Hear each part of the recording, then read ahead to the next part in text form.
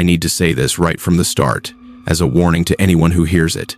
If you're ever driving along the coast of Nova Scotia and, through the salty fog, you catch sight of the Devil's Point Lighthouse, keep your hands steady on the wheel and keep going. Don't stop. Don't get out to take a closer look. Don't let curiosity pull you in. From a distance, that tower looks like any other old lighthouse. Its white frame, standing stark against a gray sky, its beams sweeping across the sea like a watchful eye. To most people, it's nothing more than a relic of the maritime past, a picturesque spot perched on a granite cliff. But I lived there, and I know the truth. Devil's Point is not just a beacon. It's a gateway. An invisible boundary separates our world from something far older, something that doesn't belong to the light of day but waits beneath the black water. That sweeping beam doesn't just keep ships safe, it's a warning, a reminder that something ancient and patient is watching from below. I never imagined my life would be tied to a lighthouse, but when the lawyer called to tell me that my Uncle Angus had passed at the age of 93 and left Devil's Point to me, I was stunned. As a child, I had only been there twice, during brief family gatherings. Both times, Angus had been the same. Thin, quiet, withdrawn. His silence like the stone walls that surrounded him. He never seemed to want to be near anyone, even family. The inheritance hit me with surprise and weight. I was never drawn to the sea, never imagined living alone on a windswept cliff. In Toronto, I was buried in long hours, endless contracts, and the constant grind of software work. Devil's Point felt like a sudden punctuation mark in my life, an inheritance I had never expected. Why had Angus chosen me? Was it because no one else in the family wanted to deal with the place, or did he know that one day I would uncover what he had hidden all along? I couldn't say. All I had was a will, a lighthouse standing cold against the horizon, and a secret no one had spoken aloud. I left Toronto on a crisp autumn morning, golden leaves scattering across the highway. The drive carried me hundreds of miles away from the city, through quiet farmland, and eventually toward the coast. The further I got, the more the landscape changed. Small fishing villages tucked into coves, weathered wooden boats resting on the sand, the sharp scent of salt carried on the wind. The road wound along the cliffs, revealing sweeping views of the Atlantic endless water crashing in white spray against black stone. At first, the beauty was disarming. It felt like a release, as though I was shedding the stress of the city. But the closer I came to Devil's Point, the more the beauty turned heavy. The sky thickened into a dull, oppressive gray. Low clouds pressed down, swallowing the horizon. The trees thinned into skeletal branches stretching out of the fog, and the sound of the surf changed deeper, heavier, like whispers echoing from the deep. My first glimpse of the tower was not peace, but dread. The white structure rose from the cliff like a sentinel, stark and unyielding. In that moment, I felt the unsettling truth in my bones. I wasn't just approaching a landmark. I was stepping into a domain that didn't belong to us. The Devil's Point Lighthouse was officially decommissioned in 1987, when modern navigation systems replaced the old rotating beam. Instead of letting it fall into ruin, my Uncle Angus bought the entire property from the government and moved into the two-story keeper's quarters at its base. From that point on, Devil's Point was no longer a lighthouse station. It was his private domain. Angus made his living as a freelance marine electrician. He repaired electrical systems on fishing boats and small vessels, just enough work to sustain a simple life. Locals said he kept the property in surprisingly good condition. The wooden walls were freshly painted, the rooms always clean, the tower never left to decay. Even though no ships relied on Devil's Point anymore, the place was meticulously maintained, as if some unspoken duty was still being carried out. But for decades, Angus lived almost completely isolated. He rarely left the cliffs, barely spoke to neighbors or family. In my memory, he was always a closed figure, a man who carried solitude like a second skin. Now I wonder, was it truly his choice, or did he have no other path? The first day I stepped into the keeper's house, I was stunned by its orderliness. Everything was clean, arranged with care, as though Angus had stepped out just that morning. The living room was sparse but polished, the kitchen equipped with modern appliances, the fridge still running, even an internet connection from a satellite dish outside. It was clearly set up for one person to live in isolation, cut off from the world, but never deprived. While sorting through his study, I noticed a large wooden cabinet with a rusted lock. After a few minutes fumbling with the old keys, The door creaked open to reveal something unexpected. A row of weathered logbooks, their spines cracked with age. The covers showed dates reaching back to 1847, the year Devil's Point first became operational. At first, I thought they'd be nothing but routine notes, weather reports, passing ships, maintenance records. But the moment I skimmed a few pages, I felt it. A shift. As if the words themselves were pulling me closer to a secret only the keepers had known. I opened the volume marked 1892, written in the shaky hand of keeper Malcolm Fraser. The early pages were ordinary enough. Foggy weather, calm seas, standard watch duties. But the deeper I read, the heavier the atmosphere became. The 15th of October. Thick fog for 3 days straight. During the night watch, I heard voices calling up from the water. Took a lantern to check, but no vessel in distress. The voices continued until dawn. The 18th of October. Clear night, calm sea. At 2 a.m., saw lights moving beneath the water near the eastern rocks. They traveled in formation, as though carried by men walking along the ocean floor. The 22nd of October. This morning, strange objects washed ashore. A carved piece of bone, and something that looked like clothing made from fish scales. I placed them in the shed for investigation. The entries that followed grew scattered. Fraser complained that Halifax never responded to his reports, and he began questioning his own sanity. Then, by late November, the writing stopped altogether. The next page was in a different hand, belonging to his replacement. Not a single word explained what had happened to Fraser. I sat frozen, the logbook trembling in my hands. It felt like I had stumbled into a gap in history, a place where people were swallowed whole and left no trace behind. As I turned through more volumes, the handwriting changed with each passing year, each generation of keepers. A pattern slowly emerged. Malcolm Fraser was not the only one. Most of his successors recorded the same unsettling phenomena. Some heard voices rising from the sea at night. Others saw strange lights moving beneath the surface. A few described bizarre items washing ashore, carved bones, massive scales, scraps of fabric unlike anything made on land. What chilled me the most was a common thread. No keeper lasted longer than 2 years. Some logs ended after only months, abruptly replaced by another hand. Why they left, or where they went, was never explained. Devil's Point should have been a stable post. Lighthouse keepers usually stayed for decades. But here, the records were riddled with gaps, with silence. As if an unspoken law existed. Anyone who remained too long would vanish, and the lighthouse would quietly pass to another. Among the dust-covered stack, I found a volume marked 1923, kept by a man named Robert Sinclair. The unease was evident from the very first pages. The 3rd of September. During tonight's watch, I saw about 20 figures rise from the water below the cliffs. They looked human in shape, but their movements were fluid and unnatural, impossible for any man. Their skin shimmered under the moonlight, covered in a fine layer of scales. The entries continued. The 5th of September. They returned tonight, closer than before. Through my field glasses, I saw the scales glint clearly in the light. Their limbs moved with a strange grace, like creatures built for water, not land. They carried driftwood and stones, appearing to build something at the shoreline. By the 10th of September, Sinclair wrote, "The structure is complete. It resembles an altar or platform. Each night, they gather there, chanting in a language I've never heard. The sound rides the wind like the sea itself, pressing into my mind until I can hardly breathe." Reading those lines, my heart pounded. This was no longer fleeting shapes in the fog. What Sinclair recorded was detailed proof of another community beings that existed just beneath the lighthouse, hidden in the dark. The journal entry from the 15th of September, 1923, nearly made it hard to breathe as I read. Sinclair admitted he had made the greatest mistake of his life.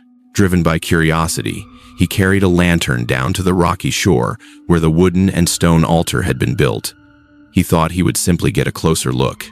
But when he reached the edge of the water, the figures were already waiting for him. They didn't attack, didn't lash out. Instead, Sinclair wrote that they communicated with him not with words, but with a flood of thought that pushed straight into his mind. He wrote, "I understood then that they had been here long before humans ever set foot on this coast. To them, we are the intruders. The lighthouse is only a disguise. Our true role is to guard their secret. Then came the chilling line. They gave me two choices: remain as keeper and serve also as their guardian, or share the fate of Fraser and those before him. I pictured Sinclair alone on that cold shoreline, lantern light flickering, surrounded by silver-scaled eyes. In that moment, he knew the truth. This was no longer a job. This was a sentence, and there was no escape. The final pages of Sinclair's log made my skin crawl. On the 25th of September, 1923, written in shaky but decisive script, he confessed, "I have accepted. The bargain is sealed." No lengthy explanation followed, but every line after laid out the terms. Sinclair would continue in his role as lighthouse keeper, but with another duty: to protect the secret of the beings beneath the sea. He would turn away outsiders, drive off anyone who approached the altar, and make sure their nightly rites remained undisturbed. Sinclair called himself the Guardian. He wrote that the light still swept across the water to keep ships off the rocks, but now it carried another meaning. It marked a boundary, a signal to people above and to those below that the pact still held. The last entry, dated the 31st of October, 1923, contained only one line: "The covenant has been sealed." The dress sting. Closing the book, I felt as though I could hear a faint voice out on the waves, whispering that the agreement had never truly ended. And tucked among those yellowed, brittle volumes, I discovered a modern leather-bound notebook, hidden at the back of the shelf. This wasn't a lighthouse log, but the shaky handwriting of my Uncle Angus himself. The strokes were rushed, some pages smeared with ink, as though written late at night. In it, he admitted that for over 40 years, he had lived as the Guardian, just as Robert Sinclair had. He wrote that they had kept their bargain with him, allowing him to live undisturbed at Devil's Point as long as he continued to hide their existence and keep strangers away. The final pages of Angus's notebook were the most haunting of all.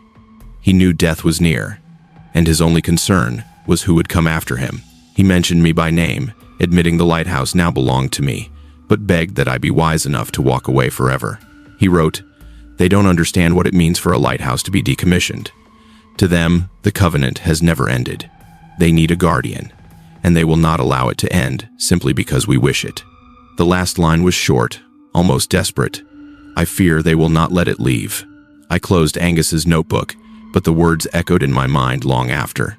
The room around me seemed to grow heavier, as if the air itself had thickened. Outside, the wind screamed through the cracks of the window, but the sound wasn't just wind. It carried tones that didn't belong to any storm. I held my breath and listened closer. My chest tightened. In the rush of air, I heard faint syllables, like voices whispering in a language that was not human. I stepped to the window, forcing myself to look out at the sea. Beneath the black surface, faint streaks of blue-green light shifted. At first, I tried to rationalize it bioluminescence, some kind of natural phenomenon, but the more I stared, the clearer it became. These weren't drifting plankton or schools of fish. They moved with precision, in formation, as though walking across the ocean floor. Each time one of those lights flared, my pulse spiked. For a split second, I felt certain that eyes were looking back at me, alien, unblinking, staring straight through the fog and pinning me in place. I stumbled backward from the window, hands shaking. Angus's warning was no longer just ink on paper. It was alive, pressing in on me from all directions. The next morning, as the pale sun broke the gray horizon, I forced myself outside to confirm what I had read. The path down to the shore was slick with seaweed and mist. Salt wind cut across my skin like glass. Waves crashed against the granite cliffs, spraying cold foam. And there, on a narrow strip of rock at the water's edge, I saw it. A stone platform jutted up, half buried in sea growth. Seaweed draped over its edges, barnacles and shells clinging to every crack, but its shape was unmistakable. This was no accident of nature. The stones had been stacked with intent, forming a flat surface exactly as Sinclair had described in his 1923 journal. I knelt down, heart hammering, and noticed objects scattered nearby. A carved piece of bone etched with spiraling patterns too intricate to be natural. A massive silver scale, glinting wet in the dim light, far larger than any fish I had ever known. And a strip of damp fabric, soft and cool to the touch, woven from no material I recognized, neither skin nor wool, nor any synthetic fiber. I picked them up, my hand trembling. There was no denying it now. The old journals were not the ramblings of lonely men. They were evidence, proof that something beyond human imagination existed here, waiting beneath the waves. On the fourth night, I woke to a sound that froze me in place. At first, I thought it was just branches scratching against the window in the wind, but the noise sharpened long, deliberate, like fingernails dragging across glass. Every vertebra in my spine seemed to turn to ice. I pulled back the curtain, and my heart nearly stopped. In the thin wash of moonlight, I saw shapes climbing the sheer cliff face below the lighthouse. They didn't move like people. Their bodies undulated, arms and legs clinging to stone with an unnatural smoothness, more like something born of water than anything meant to walk on land. Within minutes, they had surrounded the base of the tower. Dozens of pale eyes caught the moonlight, fixed directly on me. But they didn't attack. No pounding on the door, no shattering glass. They only stood there, waiting, with the patience of beings that had existed for centuries and could wait centuries more. I staggered back from the window, my chest heaving. The silence pressed harder than any assault could. It was as if they knew that sooner or later I would have to step out and face them. As I trembled in the dark, one figure separated itself from the rest and moved toward the lighthouse door. No knock, no sound of impact, only silence, thick, heavy, and then a voice cut through the walls as if it needed no mouth to speak. It was English, but strange, resonant, layered, like waves grinding stone. "You are the new guardian." I froze, my back against the wall. The voice pressed on, clear and deliberate. "You will keep our secret. You will protect the rights at the stone platform, and you will not allow them to be disturbed. This is the duty carried by those before you, and now it is yours." There's Newman's, his reading as Newman. I wanted to scream, to deny it, but the words hooked into my mind, weighing me down, smothering resistance. Then came the final sentence, the one that nearly dropped me to my knees. "The lighthouse guides ships away from the rocks. We guide souls from the depths below. Both are necessary." The voice faded, leaving a silence that felt even heavier. Outside, the eyes still watched, waiting, certain I had no real choice left. With my throat tight, I forced myself to ask, "And those who refused? The keepers before me, what happened to them?" What came back wasn't words, but a rush of sound, like wind shrieking through the cliffs. Yet, I understood it instantly. "They serve in other ways." A chill swept through me, my skin prickling. At that moment, the clouds parted, and a slice of moonlight lit the sea. My breath caught. The water below glowed with a phosphorescent shimmer, not from tiny jellyfish or drifting plankton, but from massive, shadowed forms moving slowly beneath the waves. They slid through the water, their shapes blurred but vast, far larger than any whale that has ever existed. A pale blue glow poured from their bodies, climbing the cliffs and washing the lighthouse in a cold, unnatural light. In that moment, I understood. Those who had refused were cast down there, claimed by the depths, serving forever in ways I dared not imagine. My whole body shook. Dizzy, breath shallow, I realized there was no other path. Either I accepted the role of guardian, or I would vanish like all the names that filled the old logbooks. At last, I did what Sinclair had done, what Angus had carried for 40 years. I nodded. I accepted my place. From that instant forward, I was no longer an accidental heir. I had become the new guardian of Devil's Point. It has been 6 months since that night. I never returned to Toronto, never picked up my old work again. To the outside world, I'm on an extended break, writing a novel and enjoying the quiet of the coast. No one needs to know the truth that each night, when the wind cuts and the fog drifts in, I still hear voices rising from the sea, and I still see blue lights twisting beneath the waves. The beam of Devil's Point Lighthouse still sweeps across the water, but not to guide ships anymore. Its light is a signal, a warning. The boundary between humankind and something far older still stands, and it must never be crossed. So now, I leave you with this final warning. If one day you see that light cut through the mist at Devil's Point, keep driving. Don't stop, because once you step into this place, there will never be a moment to leave. You're listening to Untold 365 Scary True Stories. If you enjoy this video, hit the like button, click subscribe, and comment the number 2 so we know you want more chilling stories. That night inside the Milfield factory, everything began like a normal shift. The looms in the front section thundered away, blending with the steady rhythm of boots striking the concrete floor. But deeper in, beyond the steel doors that separated the regular production area from the restricted zone, the air started to grow heavy. Tommy told me the equipment in the back processing unit had malfunctioned. A piercing metallic screech echoed through the corridors like steel grinding against steel before cutting off abruptly. Then, from the pipes running across the ceiling, a thick vapor began to leak. It was nearly invisible at first, so no one noticed. Only when that sharp, syrupy sweet odor seeped into their lungs did panic set in. Within minutes, the workshop turned into a chamber of poison. Fluorescent lights overhead glared down a sickly white-blue glow, reflecting off faces drained of color. Workers doubled over, hacking violently, clutching at their throats. Chairs toppled, tools clattered, voices cracked into hoarse screams. Then one by one, they collapsed at their stations, bodies seizing, eyes wide in disbelief at what was happening. 12 workers died right there. No fire, no explosion, just breath, stolen by that overwhelming, sweet chemical haze. The survivors stumbled blindly toward the exits, eyes bloodshot, coughing so hard they could barely stand, leaving behind a frozen tableau of horror. Tommy whispered, "I can still hear the sound of them hitting the floor." It was like a production line shutting down in an instant, but instead of machines, it was people. The next morning, Milfield Textiles plastered the town with a typed notice. One cold sentence read, "Cause of death was carbon monoxide poisoning from a faulty heating system." That was it. As if 12 human lives were nothing more than a technical hiccup. But I knew the truth. I had been there. I saw the bodies carried out, faces ashen, jaws slack, trails of white foam at their lips. That wasn't CO poisoning, not the kind I'd read about in medical texts.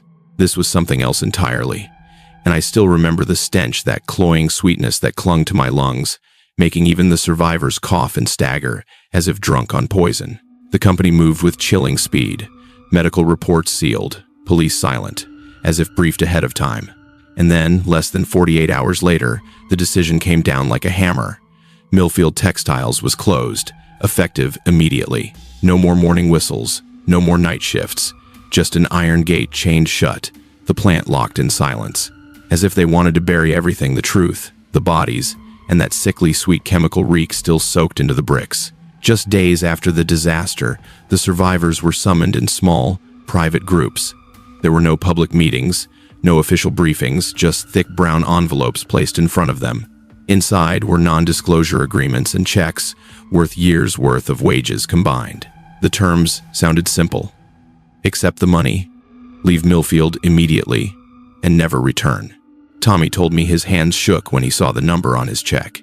It was enough to buy an apartment in another city, enough to start over without ever looking back. But behind the promise of a fresh start was a shadow that couldn't be ignored. From that moment on, every memory, every question about the night the chemical stench filled the factory was to be buried forever. Some workers nodded and signed without hesitation. They vanished quietly, gone by the next morning. For those who hesitated, the cold stares of supervisors in black suits made it clear. This wasn't a choice. It was an order. Tommy lowered his head, signed the papers, packed his things, and boarded a night bus out of Milfield. He said the moment he left, it felt like he had buried a part of himself along with that factory. Not everyone agreed to sign. Jim Hartley, a longtime supervisor, was the first to openly resist. He confided to a few trusted co-workers that he planned to contact the EPA and report the truth about Milfield. 12 lives, he said, can't just be buried with a check. 3 days later, Hartley's wooden house went up in flames. The fire spread so quickly that neighbors only saw a red glow consume the roof. Firefighters later reported the cause as faulty wiring, an ordinary accident in an old home. But his wife, her face pale among the ashes, told a different story. She swore that the night before the fire, that same sweet, chemical stench from the factory had drifted around their house, a smell she had never encountered anywhere else. Jim Hartley's body was carried out in a black bag. No one mentioned his promise to report again.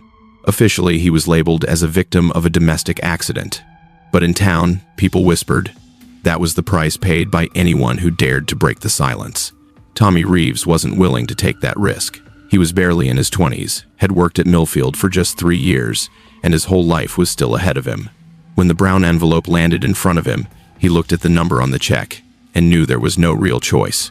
He signed, he packed overnight, and he left Milfield for Cleveland. On paper, he was just another relocated worker after the factory's closure. But deep down, Tommy knew the truth. He wasn't starting over, he was running. Even in the cafe where I met him, Tommy kept glancing toward the parking lot, tracking every car that passed.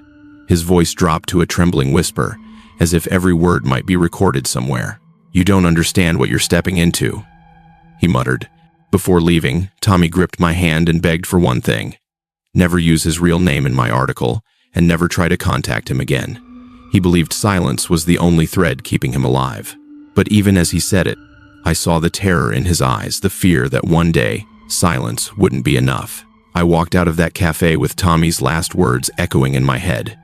Instead of backing off, I felt even more driven to dig deeper. A young worker could choose silence to survive. But for me, as a journalist who lives by chasing the truth, that silence only confirmed there was something far bigger behind Milfield. I started with business licenses, tax records, and corporate filings. On the surface, Milfield Textiles was just a small-town textile plant in rural Ohio.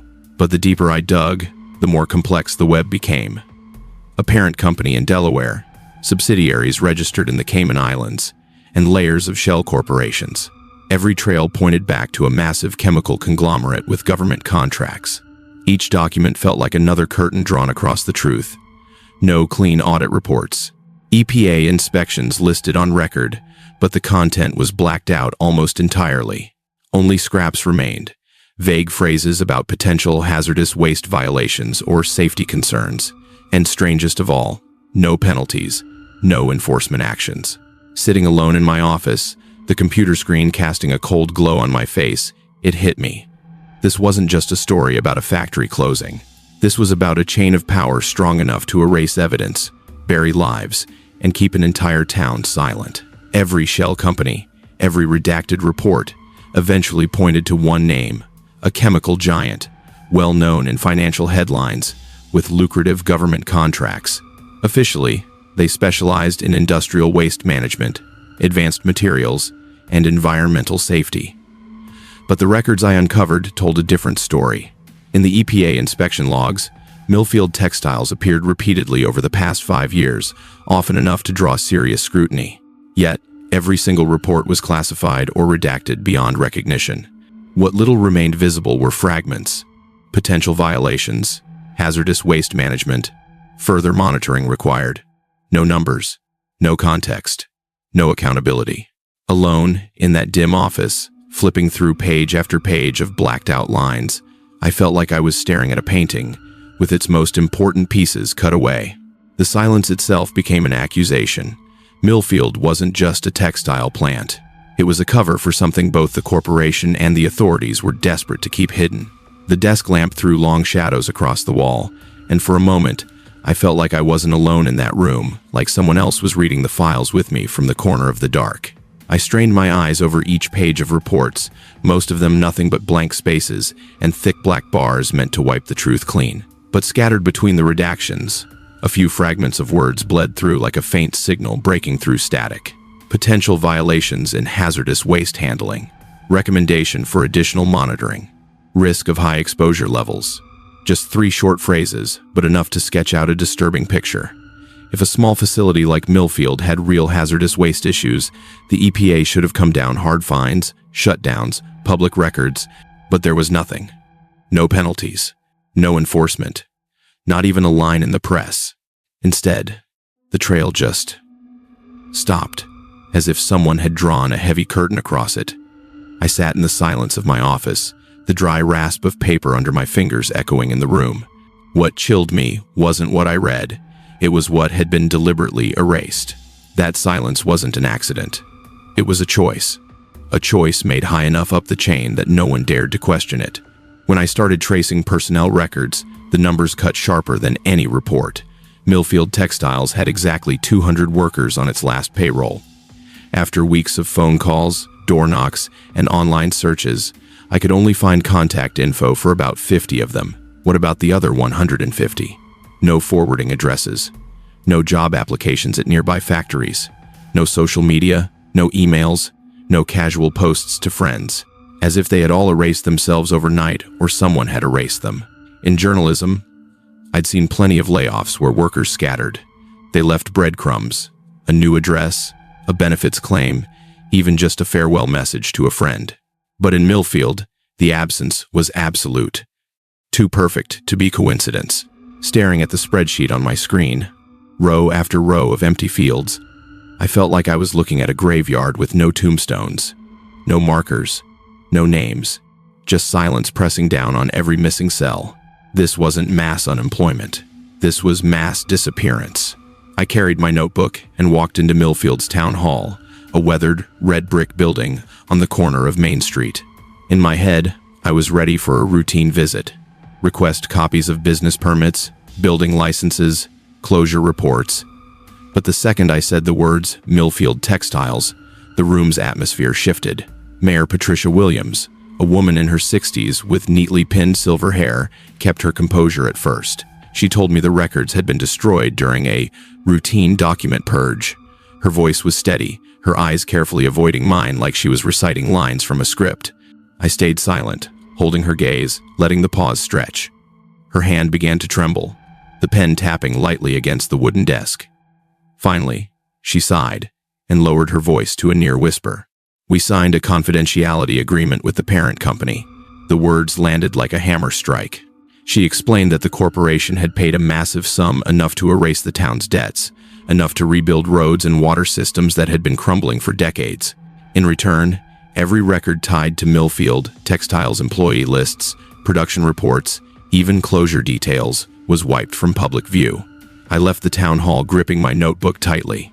Outside, Milfield's small streets looked as calm as any other Midwestern town. But now I knew that calm had been purchased with silence. In my notes, Patricia Williams's confession stood out in black ink. We signed an agreement. The more she explained, the colder my blood ran. It wasn't just paperwork. It was a trap, wrapped in dense legal language. The parent company had bought the town's silence, outright clearing debts, resurfacing cracked streets, funding a brand new community center, even replacing the failing water system. For a struggling town of 800 people, it must have felt like a miracle. But the price was absolute silence. No official could speak about the factory's operations or the real reason for its sudden shutdown. Even releasing an employee roster would count as a breach. And if anyone broke that agreement, the financial penalties would bankrupt the town instantly. I remembered the mayor's uneasy eyes as she admitted the truth. That wasn't the look of greed, it was the look of someone cornered, forced to choose between the survival of her community and justice for the people who had vanished. She had chosen silence.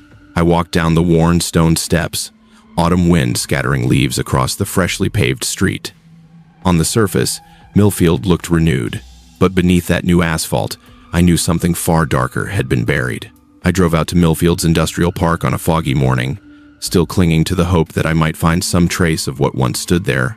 A scorched wall, a rusted steel frame, maybe even an old sign with Milfield Textiles fading across it. But when my car turned onto the road that led to the plant, all I saw was an empty field of concrete. The entire site had been leveled, covered in smooth, pale slabs of new cement. There was no rubble, no brick, not even the faint outline of a foundation.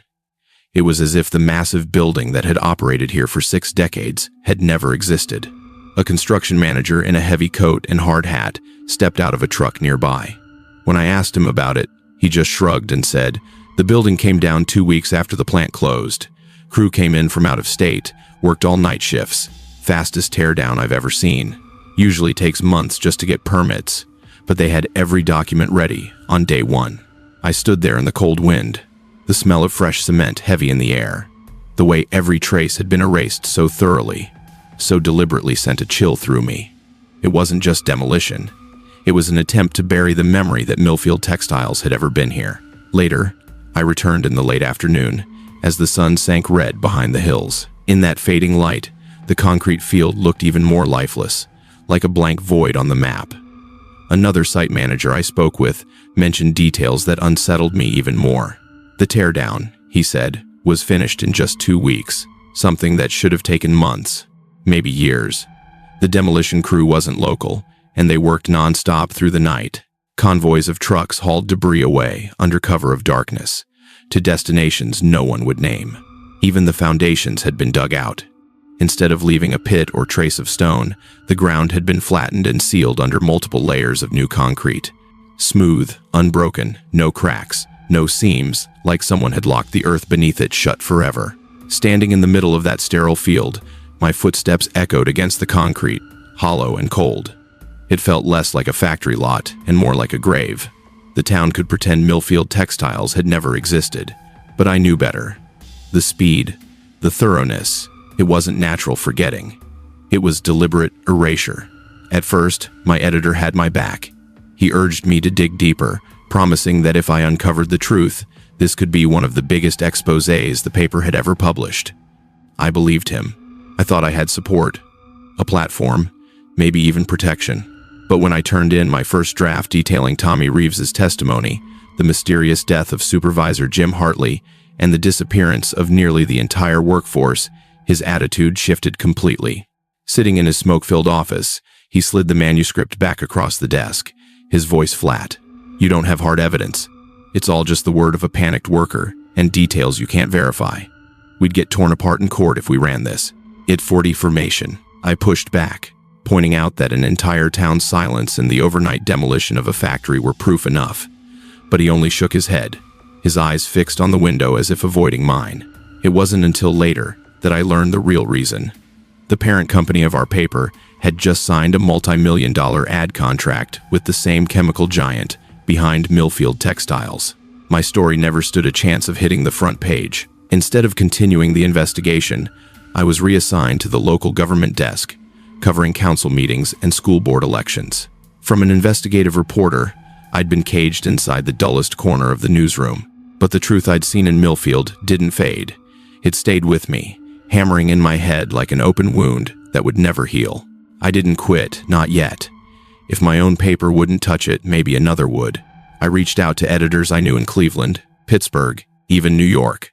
At first, a few were interested. They called it a potential bombshell investigation, asked for documents, wanted to hear more about Tommy Reeves. I sent everything I had, my notes, photos of the concrete-covered site, details about the 12 strange graves. Days later, every single one of them backed out. Some gave me the same tired excuses. Not enough direct evidence, too much legal risk. Others went silent, cutting off contact entirely. I knew then they'd asked around, and they'd seen how wide the cover-up really stretched. Milfield was no longer just about a small town or a shuttered factory. It was a link in something much bigger, wrapped in money, power, and redacted contracts. That night, sitting in front of my dark computer screen, I realized how small I was. Just one voice pushing against a tide no one could stop. And the silence of those other newsrooms, colder than any rejection, was the clearest proof of all. The truth about Milfield had been locked away behind doors no one was allowed to open. 6 months after Milfield Textiles closed, I drove back to the town, hoping to find a few last pieces of the puzzle. I expected collapsed boarded-up shops, an empty main street, houses falling into decay after losing their lifeline. But what I saw left me frozen. Main Street was alive again. A new cafe had opened, a bright auto shop buzzed with work. Even the town hall had a fresh coat of paint and a brand new roof. Old houses that once sagged with decay now wore fresh colors, porches strung with decorative lights as if preparing for a festival. Everyone I spoke to repeated the same line. The factory's closure had been a blessing in disguise. They said Milfield was diversifying its economy, that losing the plant had created new opportunities. Their voices carried enthusiasm, almost rehearsed, like they were reading from the same script. But behind those smiles, I caught the same flicker of fear. The moment I pressed further, where are these new jobs? Who funded all the renovations? The conversation snapped shut. Eyes dropped to the ground. People shifted to talking about the weather, or found excuses to walk away. The whole town looked reborn, but the silence weighed heavier than the fresh paint. I understood then. Milfield hadn't been saved. It had been bought into silence. I returned to Murphy's Diner, where Janet Murphy had once dodged every question. This time, when she set my coffee down, her hand trembled slightly. Without a word, she slid a folded slip of paper across the counter. On it, an address written neatly by hand. She avoided my eyes and walked away as if nothing had happened. The address led me to a small cemetery on the edge of town, where the wind howled through rows of weathered headstones. In a newer section, I found 12 fresh graves lined up neatly, the earth still raw. Each headstone bore the same month. October 2023, the final week Milfield Textiles had operated. Cemetery records showed the burials were paid for by an anonymous benefactor. Each marker carried only a name and a date of death. No biographies, no family notes. All 12 listed as industrial accidents. The funeral director, an old man named Harold Welsh with tired eyes, agreed to speak privately. In a cramped office that smelled of incense, he whispered, "Those coffins, they were all sealed. Families weren't allowed to open them. The official reason was extensive injuries." Then he stopped, fixed his gaze on me, and lowered his voice further. But when I moved them, they felt unnaturally light. Some were nearly empty. I don't think those coffins held much of anything at all. His words dragged me back to Tommy Reeves and that sickly sweet chemical stench inside the plant. A chill raced down my spine. Those graves weren't places of rest, they were props. Shells to cover up the truth that the bodies had been reduced to industrial waste, erased without a trace. I am the organist at St. Bartholomew's Church in Whitmore Valley, a village of fewer than 400 souls. Out here in the remote stretches of the Yorkshire Dales, the church isn't just a place of worship, it's the heartbeat of the community. Within those moss-covered stone walls, we've witnessed every milestone of life. The first cries of baptism, the radiant smiles of weddings, and the tears shed at funerals. For 15 years, I've sat behind the organ, watching generations of villagers pass through, listening as their voices rose and echoed beneath the vaulted ceiling. Whenever the autumn light streamed through the stained glass windows, scattering red, green, and gold across the wooden pews, I always thought to myself, this must be the safest place in the world. A place where everyone knows your name, your smile, and even the whispered prayers you keep to yourself. But on a gray Sunday morning in late October, the church I once believed to be the safest sanctuary became the place where I heard a confession that shattered our community forever. For over 20 years, the name Edmund Thornfield had been synonymous with integrity and morality in Whitmore Valley. With his silver hair, tall and slender frame, and kind blue eyes behind wire-rimmed glasses, he presided over every baptism, every wedding, and every funeral. I had heard his voice echo through the stone arches thousands of times, gentle, persuasive, unwavering. The people of our village didn't just see him as a pastor, they saw him as a father figure. Those who grieved turned to him for comfort. Those in need came for his counsel. Even the most restless children grew still the moment he spoke, their eyes fixed on him as if he held the answers to all of life's questions. And perhaps the most frightening part of it all was the absolute trust we placed in him. In a village this small, where everyone knows the intimate details of one another's lives, a man like Edmund Thornfield wasn't just a pastor. He was the foundation on which the whole community rested. And when that foundation finally collapsed, it dragged the entire village down with it. It was Sunday morning, the 26th of October, 2019, just days before Halloween. The sky hung heavy and gray.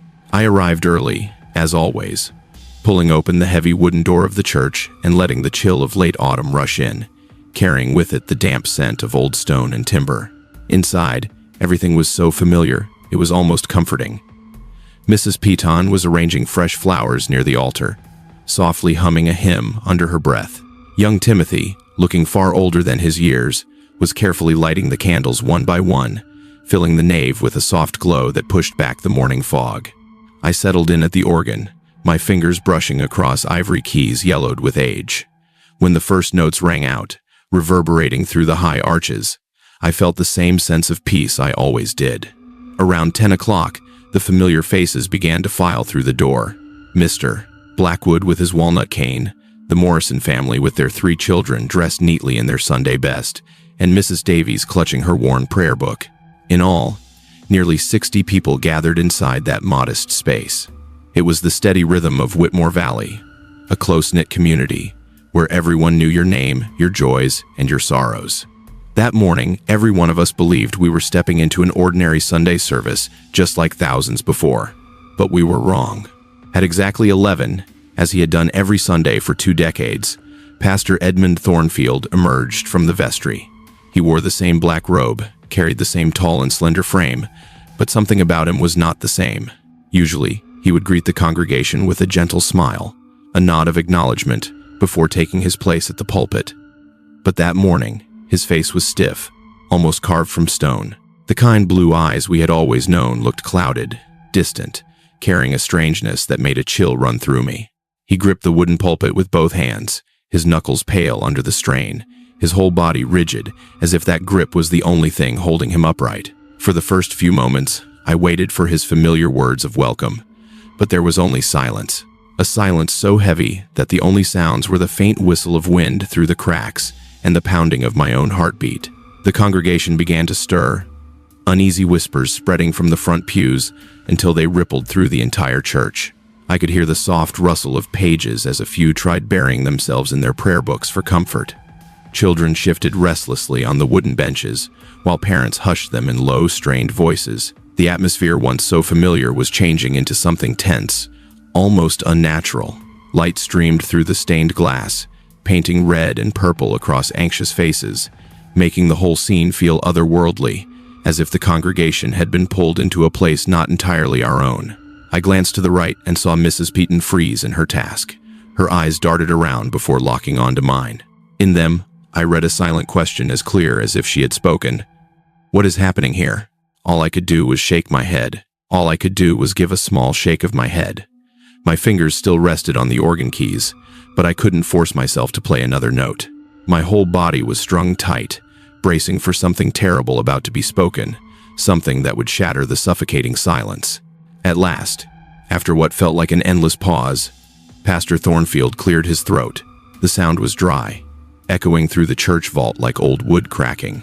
"My dear congregation," he began, his voice so unsteady I had to hold my breath to catch the words.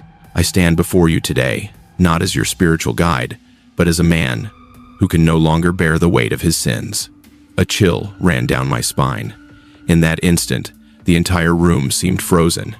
The faint crackle of candle flames on the altar suddenly sounded deafening. I glanced around the stunned faces, mouths hanging open in wordless shock. Thornfield drew in a deep breath. His voice grew stronger, each word striking the air like the toll of a funeral bell. "For 23 years, I have stood at this pulpit, speaking to you about forgiveness, redemption, and the power of confession. But today, it is I who must confess." Not a single person in the church moved. I remained seated at the organ, hands hovering above the keys, while my mind plummeted into a void. I knew whatever he was about to say would forever change the way we saw the man behind that pulpit. His voice boomed now, but within it was something that stole the breath from my lungs, a terrible calm. 18 months ago, he paused, his eyes sweeping across the congregation, I caused the death of Sarah Mitchell. The church fell into absolute silence. I could hear my own heart hammering in my chest, each beat like a heavy strike of a hammer. Then came the sharp thud, Mrs. Davies' prayer book slipping from her hands, hitting the stone floor, its echo filling the space. No one bent down to pick it up. Sarah. I remembered her clearly. A 4-year-old teacher at our village school. Bright, passionate, always carrying a stack of books and a gentle smile. In March of the previous year, she had vanished during a hiking trip. Our whole community had searched for her. Police, mountain rescue teams, and even villagers like me. We scoured trails, combed ravines, but we found nothing, only the howl of wind through the crags and the cold mist draping the fields. They said it must have been an accident, that she had likely fallen into one of the countless hidden gorges. But now, standing before us, the man we trusted most was confessing that her disappearance was no act of fate. I looked around. Many covered their mouths in shock, while some parents clutched their children tightly. The name Sarah Mitchell echoed through the church like a ghost resurrected, making the ancient stone walls themselves feel unfamiliar and cold. In that moment, I knew life in Whitmore Valley would never return to what it once was. The instant Pastor Thornfield's confession left his lips, the entire congregation turned to stone. The sharp thud of Mrs. Davy's prayer book hitting the stone floor kept ringing in my head, like a death knell for the faith of our entire community. Then came the quick gasps for air, the creak of wooden pews as a few people bolted upright in panic, and finally, the muffled sobs from the back rows, trembling, suppressed, yet impossible to hold back. I sat frozen at the organ, both hands still resting on the keys. For years, I had followed every word of the pastor, my music weaving the rhythm of worship into his sermons. But now, the ivory beneath my fingers felt dead, meaningless. I couldn't press down another note. I remember staring hard at Pastor Thornfield, searching desperately for any sign that this was a mistake, a metaphor, some strange parable. But his eyes, they were like steel, glinting under the crimson light, spilling through the stained glass. There was nothing of the man we had trusted for decades. In that instant, I understood. Street Bartholomew's, the church that had been the beating heart of our community, had become the place where an unforgivable truth was laid bare. His voice, no longer trembling, carried now with a cold, relentless weight, like he was reading a harsh report aloud. "Sarah Mitchell." She came to me, he said, eyes locked on the congregation. She discovered irregularities in the church's charitable accounts, numbers that didn't add up, money that had gone missing. The church filled with sharp intakes of breath, a few hands-covered mouths, pages of prayer books rustled not to be read, but to hide shaking fingers. I tried to persuade Sarah to keep quiet. Thornfield went on, his tone steady, almost clinical, as though confessing before a higher judge. But she refused. She said she had a duty to go to the police, that if I didn't explain myself, she would act immediately. End quote. I remembered Sarah sharp, intelligent, and unyielding. She wasn't the kind of person who bent under pressure. Even standing before a pastor the whole village revered, she held fast to what she believed was right. His words made the entire church feel colder, and in the fractured light cast by the stained glass, I realized the awful truth forming before us. Sarah's death had never been an accident. It began with lifeless numbers on a ledger and with the unshakable resolve of a young woman who believed in justice. Pastor Thornfield's voice dropped low, hissing through clenched teeth. I arranged to meet Sarah at the old hut on Blackmore Ridge. The congregation stirred. We all knew that place. A crumbling stone shelter clinging to the hillside, its roof leaking, its moss-covered walls standing only as a refuge for weary hikers caught in the rain. I wanted to persuade her, to stop her from destroying the reputation of this church, he said, his eyes fixed on the back pew where Sarah's parents Saturday. He paused, his hands gripping so tightly that his knuckles bulged white. Then came the words that froze the blood in my veins. We argued. Sarah wouldn't back down. She said she would call the police that very night. I struck her. Just once. Only once. But it was enough. No one in the church could breathe. The wind howled faintly through the cracks in the door, stretching each second into eternity. She fell. Her head struck the stone floor of the hut. And his voice caught, then hardened like a hammer blow. Sarah died. Instantly. I felt the whole church tremble in that moment. Not from any earthquake, but from the truth crashing down, obliterating the trust we had built for decades. Thornfield's voice grew ragged, as if he himself was reliving the memory he had tried so hard to bury. I dragged Sarah's body behind the hut. There was an old bog there, damp and silent. I used stones from the broken wall to weigh her down and let the earth swallow her. The air inside the church grew so thick it felt impossible to breathe. I heard a choked sob rise somewhere behind me, then fall into silence, as though the entire congregation was holding its breath at once. And then I came back here, Thornfield continued, his tone flat, chilling. I stood at this very pulpit and prayed with all of you for Sarah's safe return. A shudder rippled through me. I remembered that service, remembered it vividly. I had played hymns of hope while he led the prayers, his voice steady, commanding faith. We had wept, held hands, and truly believed we were pleading for the life of a young woman. But now I realized, when he closed his eyes that day, Pastor Thornfield already knew. He knew Sarah lay cold and buried beneath the bog, hidden beneath stones that would never speak. Those prayers, those tears, all of it had been nothing more than a performance we were unknowingly part of. And he, the man we trusted most, was its director. The moment Pastor Thornfield's final confession left his lips, a scream ripped through the air. Sarah, Mr.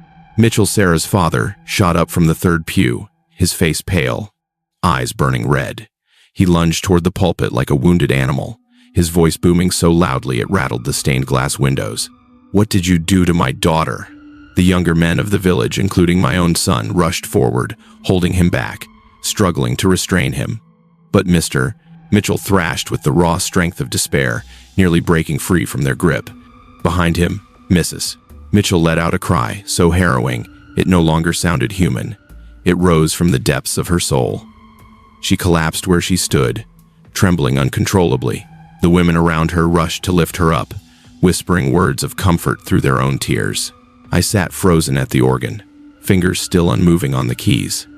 My heart pounded, yet my body felt cold and hollow.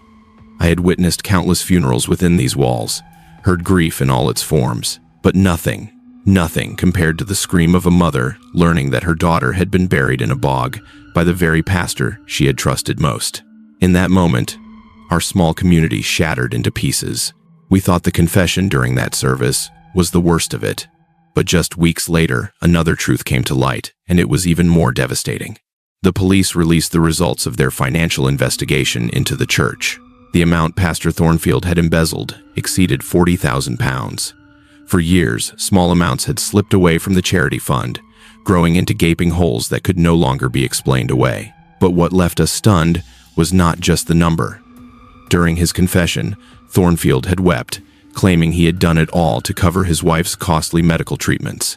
The entire village had pitied him, believing he was nothing more than a desperate husband trying to save the woman he loved. Yet the insurance records showed otherwise. Margaret Thornfield, his late wife, had been fully covered. Every medical expense had been paid in full. That money was never used to save his wife.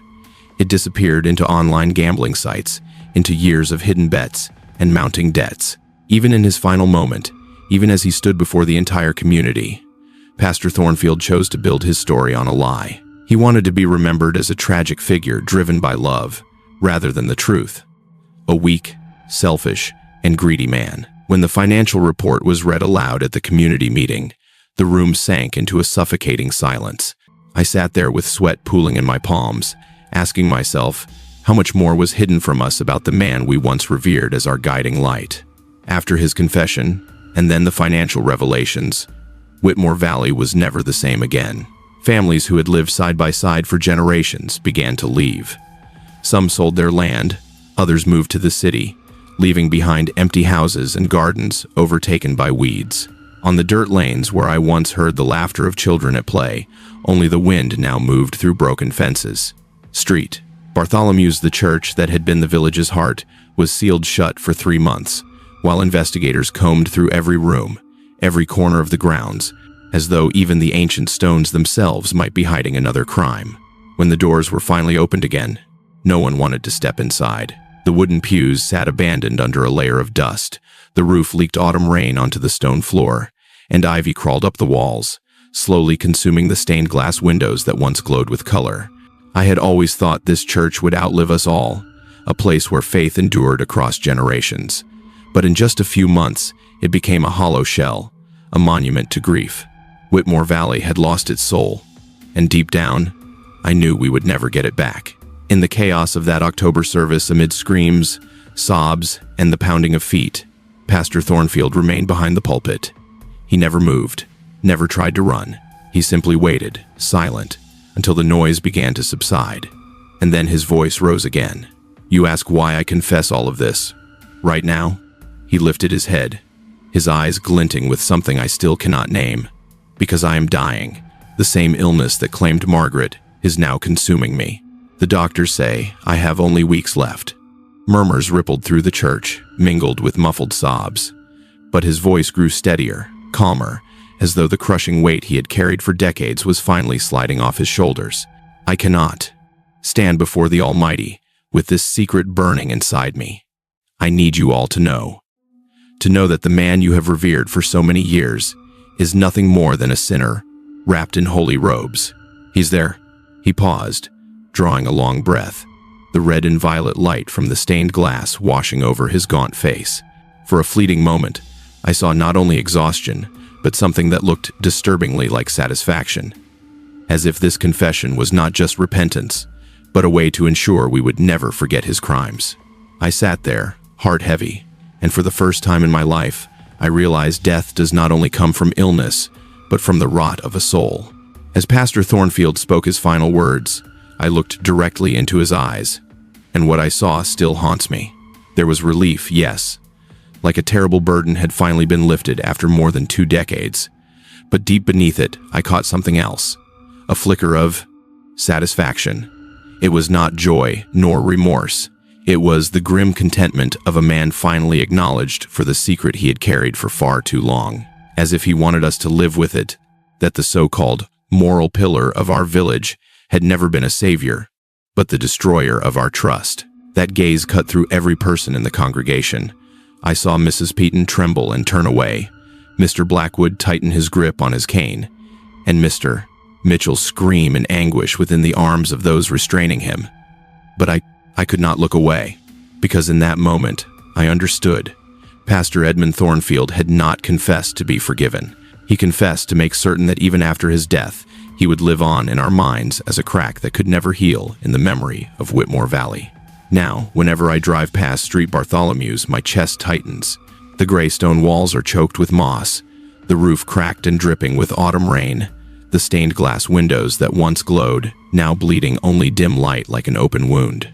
I remember the safety that place once gave us. Sunday mornings filled with voices raised in song, the organ echoing under the vaulted ceiling, the pastor's voice guiding us as we sat close together, united in absolute trust. Now all of it is gone, nothing more than hollow memory, like echoes in an empty hall. That trust is lost forever, and once broken, no one can ever put it back together. On certain gray afternoons, I pull over and sit there, staring at the church slowly being consumed by ivy. The wind cuts through the cracks in its doors, carrying whispers that remind me. Monsters don't always wear unfamiliar faces.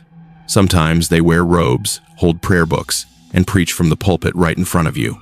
And I can't help but wonder, in other quiet villages, behind white picket fences and familiar Sunday morning smiles, how many more secrets are still waiting to be uncovered?